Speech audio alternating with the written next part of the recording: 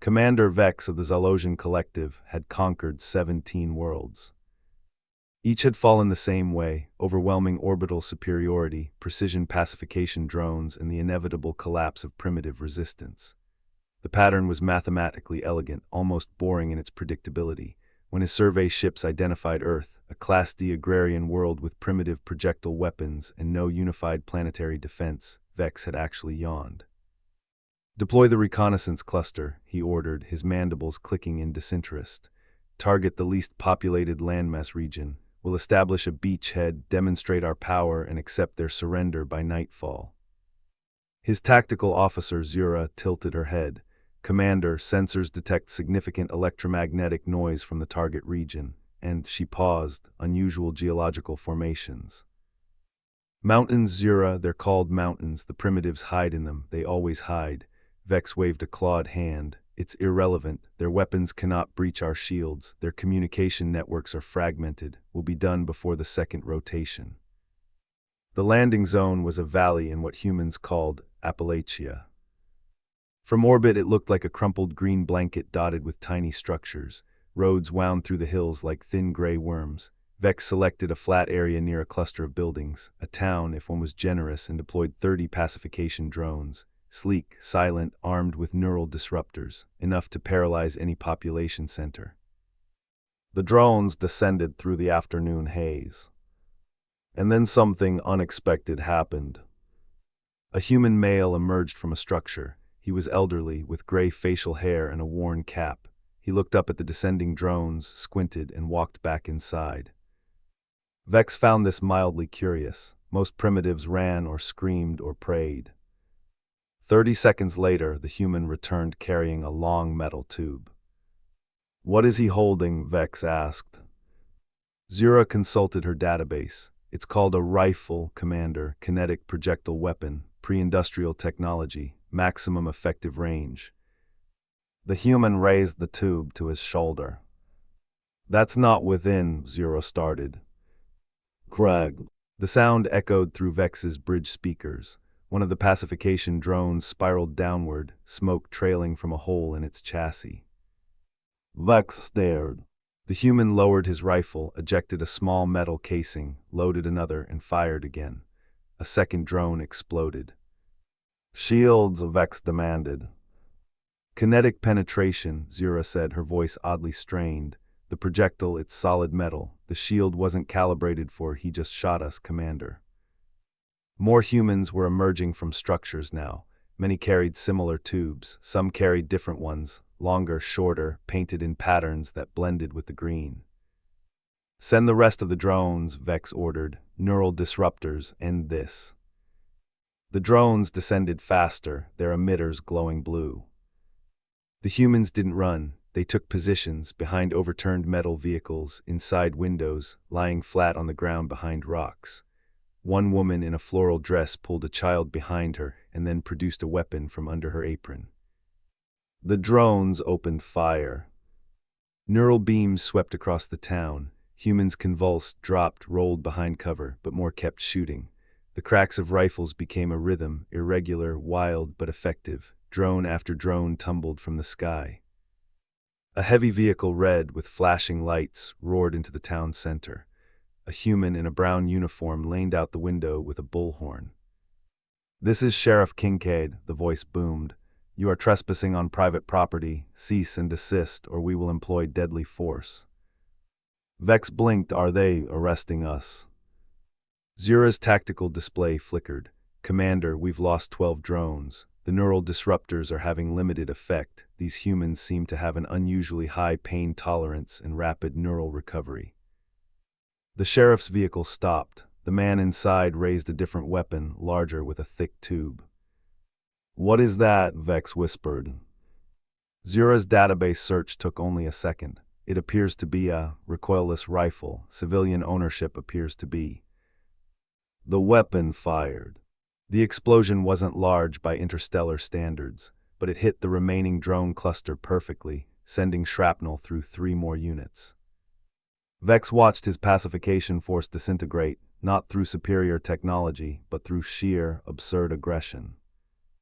"Pull them back," he said quietly. Commander, I said pull them back. The surviving drones ascended, fleeing toward the orbiting ships. Below, the humans watched them go. Some cheered, others reloaded their weapons with mechanical precision. The sheriff lowered his bullhorn and looked directly up at the sky, directly at Vex's sensors, and tipped his hat. On the bridge of the command ship, 17-World Conqueror Commander Vex experienced something he had not felt in decades. Uncertainty. Zura, he said slowly, what else do we know about these humans? She was already pulling data. Commander, you should see this. The display filled with images, humans hunting, humans fighting, humans building machines that could level cities, humans surviving conditions that would kill any other known species. At the bottom, one highlighted statistic. Estimated small arms in civilian possession, 400 million. Vex's secondary heart skipped a beat. What have we walked into? He whispered. The answer came not from Zura, but from the planet below. An improvised firework, likely a mortar made from plumbing supplies, arced into the sky and exploded in a crude approximation of a middle finger. Hook, the Zalosian tactical network flickered. A new signal was emerging from the valley, not human military but something else, something organizing. Commander, Zura said, her voice hollow, they're coming. The valley had gone quiet. That was the worst part, Vex realized, not the explosions or the gunfire, those were comprehensible. War followed predictable patterns, noise, movement, death, then silence for regrouping.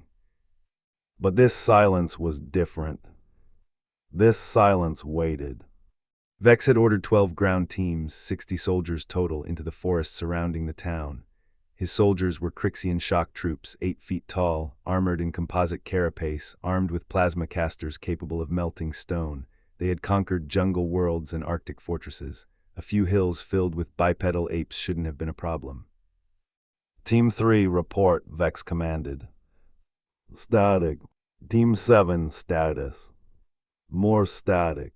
Zura adjusted the tactical display. Commander, we're experiencing signal degradation. The terrain is creating interference, but also, she hesitated, some of our units have gone dark permanently. Show me. The display flickered, piecing together fragmented telemetry. A Crixian soldier's helmet camera still transmitting, which meant the soldier was not. The image showed trees, dense, ancient trees with bark thick as armor plate. The camera angle was wrong, tilted at 45 degrees, as if the soldier had fallen. Then movement, a human shape moving through the undergrowth with impossible silence. No uniform, just a plaid shirt, mud-covered boots, and a beard that looked older than the trees. The human squatted beside the camera. He wore no body armor, no tactical gear, just a belt lined with ammunition and a rifle held across his chest like a farmer carrying a hoe. He looked directly into the lens. You boys ain't from around here, are you? He said, his accent so thick the translation matrix struggled. Tell your boss this holler's been in my family for 6 generations. We ain't moving. Then he raised a boot and crushed the camera. Vex stared at the frozen image. He knew we were watching. Thermal signature, Zura said slowly. The Crixian suits emit heat. He probably saw the infrared bloom through his weapons scope. A scope, he attached a magnified optic to a kinetic weapon and used it to hunt my soldiers. It appears so. Elsewhere in the forest, similar scenes were playing out. Team 4 had been ambushed crossing a creek. The water was shallow, too shallow to hide anything. But the humans hadn't hidden in the water. They'd hidden in the trees above the water, dropping onto the Crixians like spiders. One witness account, transmitted before the soldier's signal died, described a human female wearing camouflage paint and a sleeveless shirt who had killed 3 soldiers with a blade before vanishing into the mist. Commander, I'm picking up civilian chatter, Zura said. Local radio frequencies there, coordinating. Play it. The audio was chaotic, overlapping voices, poor reception, but the pattern emerged quickly. An informal network, truckers, farmers, volunteer fire departments, relaying positions of the Beatles across a 100-mile radius. They're headed toward the old Jenkins place. Copy that, I got eyes on 6 of them from the ridge. Tell Martha to get the kids to the church basement. Don't need to. Martha just took 2 of them out with her deer rifle from 400 yards. 400, damn, she finally got that scope zeroed. Someone get the generator running. I want to light up the holler if they come this way. Already done. Also borrowed the county's old air raid siren. Figured we'd make some noise. Vex listened in growing horror. These weren't soldiers. They were civilians, farmers, mechanics, retirees, treating an interstellar invasion like a pest control problem. Call back the ground teams, he ordered. I can't raise any of them, Zura said. Signals are being jammed. Jammed by what? She pulled up an analysis. It appears someone has placed electromagnetic generators on the ridgelines, crude devices but effective at our frequency range. Combined with the natural terrain, we've lost all contact with ground forces. Below, a new sound echoed through the valley. Not gunfire this time, something mechanical, a deep, rhythmic thumping that grew louder. Vex magnified the sensor feed. A convoy was moving along the main road, trucks, not military vehicles, but civilian pickups and flatbeds filled with armed humans. They were followed by heavier machinery, bulldozers, logging equipment, even a converted school bus with metal plates welded to its sides. At the front of the convoy, riding in a truck bed modified with a swivel-mounted machine gun, stood Sheriff Kincaid. His brown uniform was now augmented with a tactical vest and a radio headset. He raised a megaphone. To the alien vessels in orbit, he said, his voice calm. You have violated the airspace of Jackson County. You have assaulted our citizens. You have trespassed on private land. He paused, letting the words sink in. In accordance with County Ordinance 47B, I am authorized to use any means necessary to remove you. He set down the megaphone and nodded to someone off camera. A moment later, a homemade missile, constructed from PVC pipe, a guidance system salvaged from agricultural drones, and a warhead packed with fertilizer, streaked toward the sky. Vex watched it arc toward his command ship's position. It fell short by 3 miles, detonating harmlessly in the upper atmosphere. But the message was clear. Commander, Zura said quietly, they don't have a military chain of command to disrupt. They don't have centralized logistics to sabotage. They don't have leaders we can capture or threaten. Her voice dropped. How do we defeat a species that doesn't know it's supposed to be afraid? Vex didn't have an answer. His tactical display showed the Crixian ground forces, those still transmitting, pulling back toward the landing zone, but the forest around them was no longer empty. Heat signatures moved through the trees, dozens of them, hundreds. And in the center of the valley, the town's church bell began to ring. It was not a call to prayer. Hook, a proximity alarm blared. Vex spun toward the display. Something was approaching his command ship, not from the planet but from the darkness beyond. Multiple somethings, human ships, crewed, jury-rigged, and armed with nuclear warheads salvaged from old silos.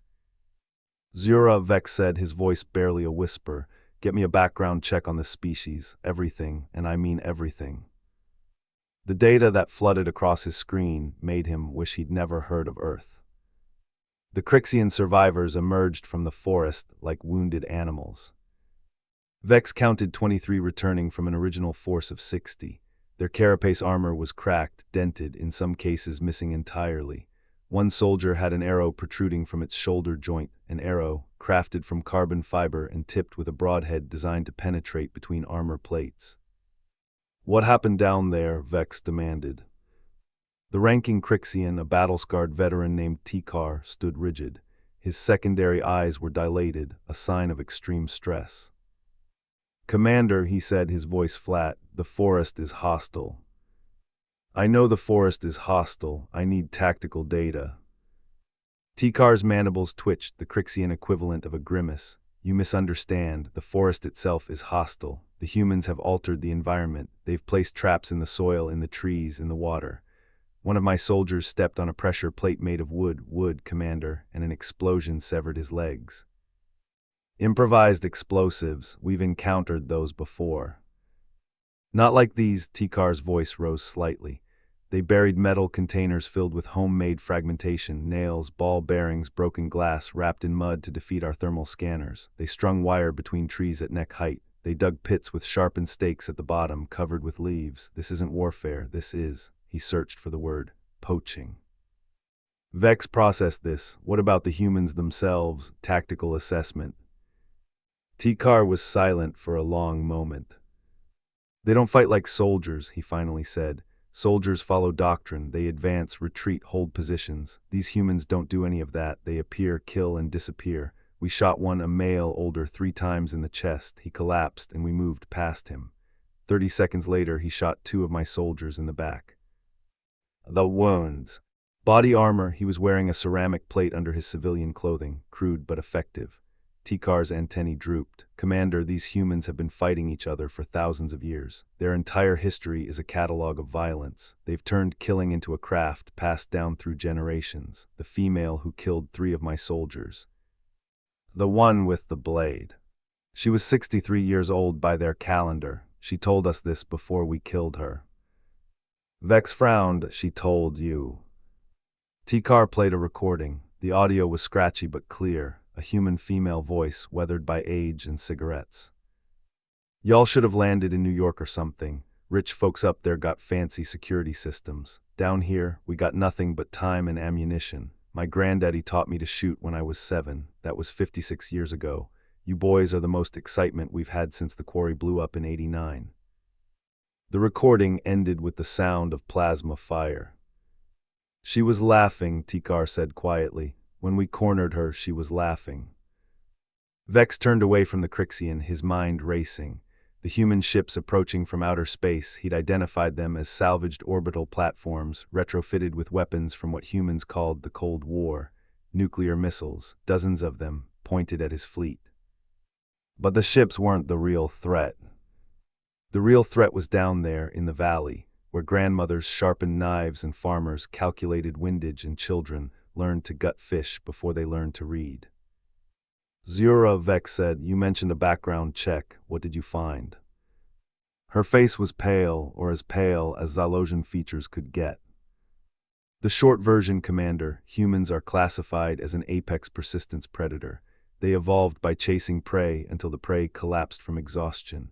They can survive injuries that would paralyze any other species. They have no natural predators left on their homeworld because they ate them all. She pulled up more data. Their planet has experienced 5 mass extinctions. Each time the ancestors of modern humans survived by being more adaptable and more aggressive than anything else.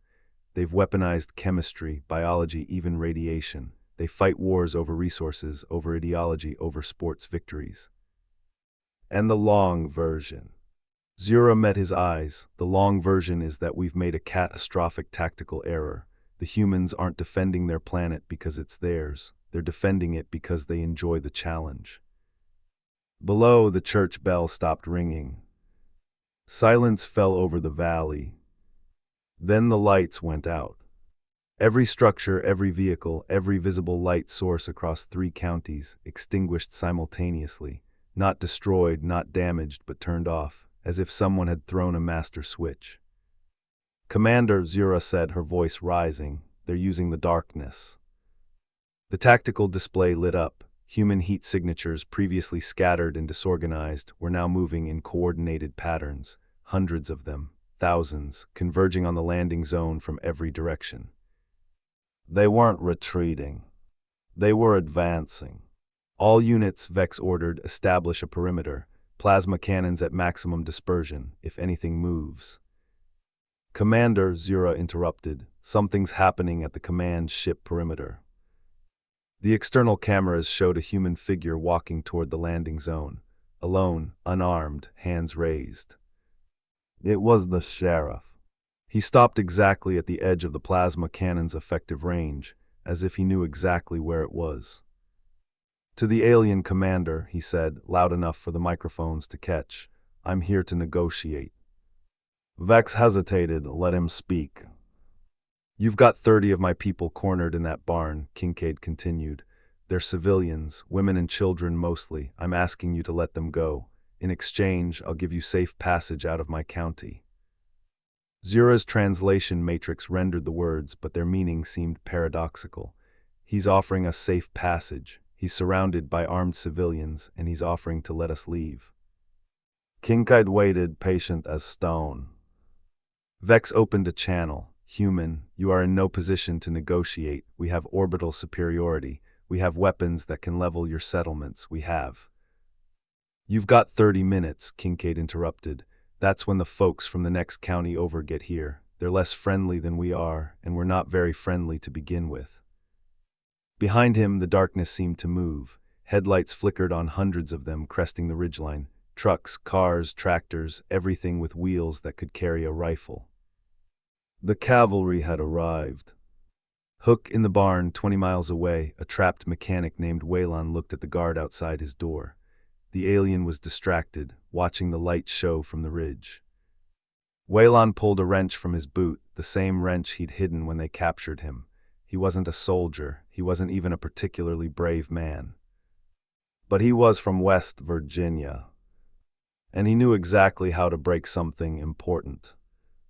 The Zalosian command ship hummed with tension. Vex had refused the sheriff's offer. He couldn't retreat, not with the collective council watching through encrypted feeds. 17 conquered worlds meant nothing if he fled from a planet of gun-owning farmers. His career, his honor, his life depended on securing at least a symbolic victory. So he did what any reasonable commander would do. He escalated. "Launch the Goliath," he ordered. Zura's eyes widened. "Commander, the Goliath is a siege weapon. Deploying it in a civilian area violates. The collective council can sanction me if I lose. They can't if I win." Vex's mandibles set in a hard line. "Deploy it."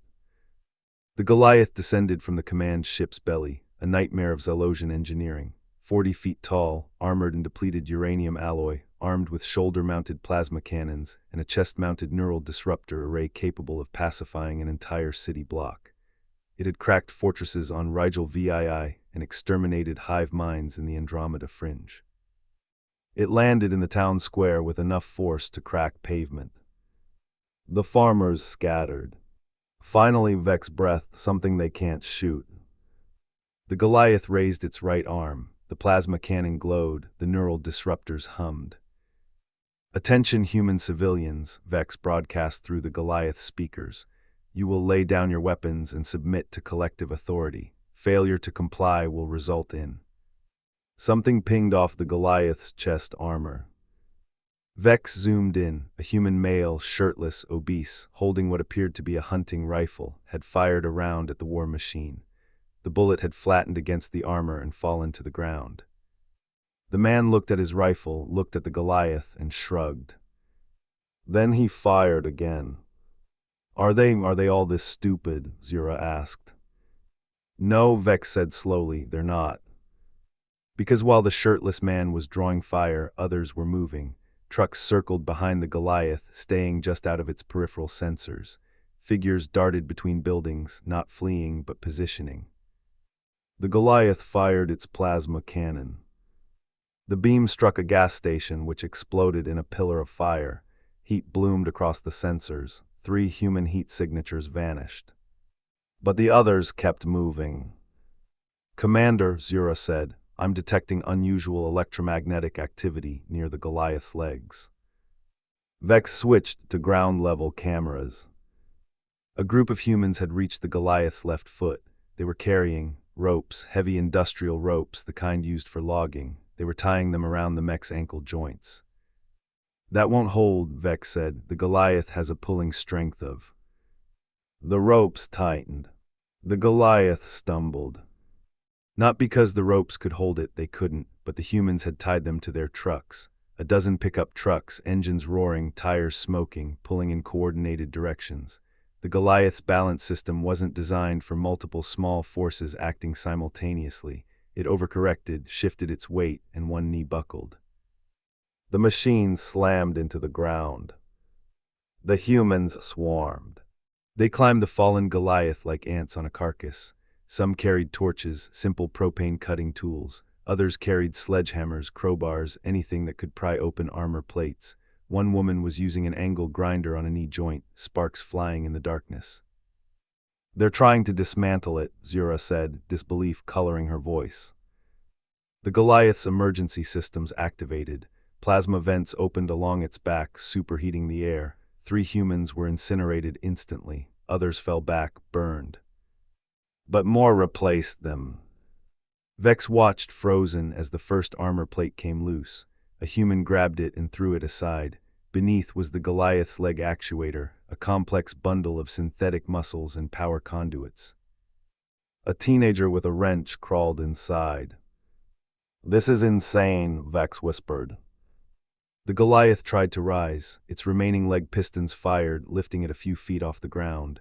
Humans scattered, then regrouped. The ropes tightened again. Trucks reversed, pulling the mech back down. The teenager emerged from the actuator, holding something that sparked and smoked. The Goliath's left leg went dead. Now it was wounded, disabled, mortally. And the humans could smell blood. Sheriff Kincaid appeared on a rooftop across from the fallen mech. He wasn't shouting orders, he didn't need to. The crowd below moved with an eerie, unspoken coordination. They'd been hunting together their whole lives, they knew each other's rhythms. "Last chance," Kincaid called up to the sky. "We've got your machine, we've got your soldiers, we've got you surrounded by people who have been drinking corn whiskey and have decided you look like target practice." He tipped his hat. "Now get off my planet." On the bridge, Vex's command console flickered. Then it went dark. Then every console on the bridge went dark. "What's happening?" Vex demanded. Zero was already running diagnostics. Power fluctuations in the main reactor. Something's interfering with the containment field. If it collapses. The backup systems kicked in, lights flickered back on, consoles rebooted. But in the 3 seconds of darkness, something else had happened. The barn. 30 captured civilians, including the mechanic named Waylon, were gone. Their restraints had been cut. The guards were unconscious, their helmets cracked open from behind. And the barn's communications array was transmitting on a Zylosian military frequency. "Commander," Zura said, her voice hollow, "they're inside our network." Hook, a mechanical clanking echoed through the command ship's lower decks. Vex's security monitors showed something impossible. The humans from the barn, led by the mechanic, had found an access hatch. They were inside the ship. And Waylon was holding a schematic of the main reactor core, downloaded from the ship's own database. "Y'all got a pretty engine," he said to the nearest camera, smiling. "Shame if something happened to it." The Zylosian command ship became a battleground.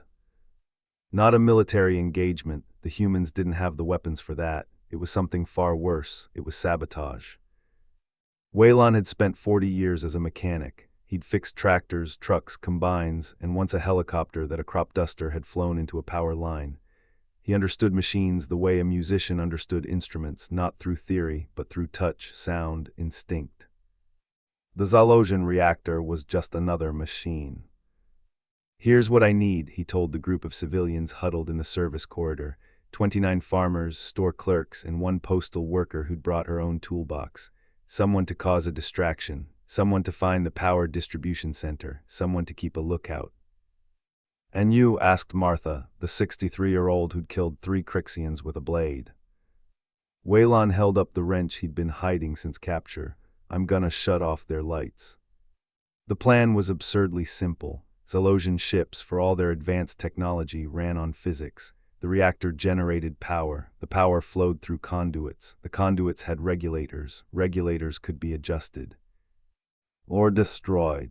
Martha led the distraction. She found a storage bay full of Crixian equipment, set off the emergency alarms, and hid in the ventilation system. The guards came running. She took out 2 more before they realized what was happening. Old habit, she'd later say, from keeping raccoons out of her chicken coop. The postal worker, whose name was Denise, found the power distribution center and started pulling cables. She didn't know which ones were important, so she pulled all of them. The ship's lights flickered. Gravity fluctuated in 3 sections. A fire started in the mess hall. And Waylon found the reactor. It was beautiful in a terrifying way. A sphere of contained plasma, held in place by magnetic fields and cooled by liquid helium. The humans on Earth had been trying to build something like this for decades. The Zylosians had perfected it. Waylon didn't need to destroy it, he just needed to make it angry. He opened a maintenance panel and studied the control systems. The language was alien, but the symbols weren't. Warning signs looked like warning signs in any language. Red meant stop. Flashing meant danger. He found a cluster of tubes leading from the reactor core, coolant lines, he guessed, and traced them to a pressure valve. You turn this, he muttered to himself, and things get hot. He turned it. The reactor's hum changed pitch, alarms blared, the containment field flickered. On the bridge, Vex watched his ship fall apart around him. Report, he shouted. Zero was drowning in data. The reactor is overheating. The coolant system has been compromised. We have 12 minutes before the emergency shutdown triggers, and if it does, we lose propulsion, we lose shields, we become a target. Yes, Commander. Outside, the human ships with nuclear warheads were still approaching. Inside, the human saboteurs were still moving. And below, on the planet's surface, the Goliath had been stripped of its armor and was now being used as a jungle gym by children. Vex made a decision. Evacuate, he said. All personnel to escape pods. We're abandoning the command ship. Zura stared at him. Commander, if we abandon ship, the Collective Council will. The Collective Council can execute me if I survive. Right now, I'm trying to survive. The evacuation was chaos. Zalosian crew members scrambled for escape pods, pushing past each other in the corridors. The humans, Waylon and his group, took advantage of the confusion to reach the armory. They emerged carrying plasma rifles, grenades, and one human-sized mech suit that looked like it had been designed for mining. Find a pod, Waylon told the others. I'm gonna send them a message. He found the ship's main communications array, now abandoned, and patched into the Zalosian military frequency. To all you alien fellas listening, he said, his accent thick as molasses. This is Waylon from Dog Holler, West Virginia. We've enjoyed having you visit, but it's time for you to leave. Now I know you're thinking about coming back with more ships and more soldiers, and I want you to think real hard about that. He paused. See, we got a say-in around here. We don't call the law, we call the coroner. That means we handle our own problems. And you ain't a problem no more, you're a lesson. He transmitted a file, a map of Zalosian fleet movements, downloaded from the ship's database during the sabotage. Now go on home and tell your friends what happened here. Tell them about the place where the trees have eyes and the hills have teeth. Tell them about the folks who don't run from monsters because monsters run from them. He smiled. And tell them Waylon says hello. The escape pods launched, dozens of them, streaking away from the dying command ship toward the waiting fleet. The human ships with nuclear warheads held their fire, no need to waste ammunition on fleeing enemies. The command ship's reactor reached critical. But Waylon had already left. He was in an escape pod with Martha, Denise, and 14 other civilians, laughing so hard he could barely breathe. Around them, the other pods carried the rest of the captured townsfolk, all of them heading toward the planet's surface. Below in the valley, Sheriff Kincaid watched the escape pods descend like shooting stars. He holstered his sidearm. Reckon that's that, he said to no one in particular. Behind him, the remains of the Goliath had been incorporated into a new shed. The tractor was running again. The church bell had stopped ringing. And in the sky, the Zalosian fleet was leaving. Hooked but not all of them. One ship remained, a science vessel that had been observing from the edge of the system. Its commander, a Zalosian researcher named Yull, had watched the entire engagement with growing fascination. He wasn't sending a warning to the collective. He was sending a request. Bring me one of these humans alive, he transmitted to a hidden network. I want to understand how they think. The reply came instantly. Understood. Acquisition team en route. ETA 3 months. 3 months, Yull smiled. By then, the humans would have forgotten about the invasion. By then, they'd be back to fighting each other over trivialities. By then, they'd be easy. Wouldn't they? 6 months later, the Zalosian Collective received a transmission.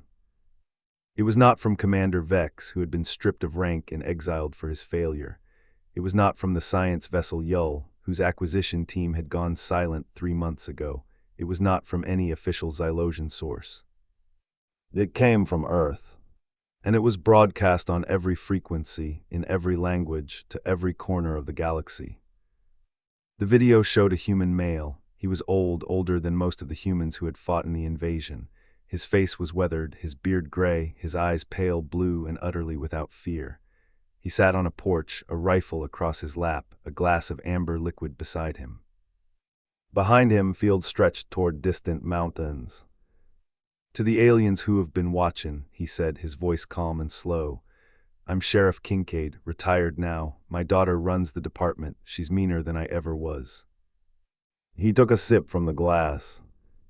"You sent some folks to pay us a visit a few months back. They landed in Redneck country thinking it was easy, thinking we'd roll over and beg, thinking their fancy toys would scare us." He shook his head. "They didn't know us." The video cut to footage, grainy, shaky, clearly recorded on civilian devices. The Goliath falling, the drones exploding, the Crixian soldiers fleeing through the forest, pursued by shapes in plaid and denim. Then it cut to a different scene. A laboratory, Zalosian equipment, a human figure strapped to a table, Waylon recognizable even in the low light. He was bloody, bruised, clearly tortured. And he was laughing. "You want to know how we think," he said to someone off camera. "You want to understand us. Here's the thing, alien, you can't." The camera shook. "Because we don't even understand ourselves. We're not logical. We're not efficient. We're not your nice, clean, orderly species that follows rules and respects authority. We're chaos wrapped in skin, stuffed full of contradictions, held together by spite and caffeine." He leaned forward against his restraints. "And when you push us, when you threaten our families and our homes and our way of life, that chaos becomes a weapon. You can't predict it. You can't counter it. You can only survive it." The video cut back to Kincaid. "Waylon made it home, by the way," the sheriff said. "That acquisition team you sent, they didn't. Seems they had a malfunction with their ship. Real shame. Must have been faulty wiring." He smiled. It was not a kind smile. "Now I want you to listen, and I want you to listen good. Every species out there, every empire and collective and federation, they all got rules. They all got lines they won't cross. They all got a way they expect war to work." He stood up, rifle in hand. "Humans don't." The video showed montage now, images pulled from Earth's long, bloody history. Wars and revolutions and disasters and triumphs. Humans helping each other. Humans killing each other. Humans building cities and burning them down and building them again.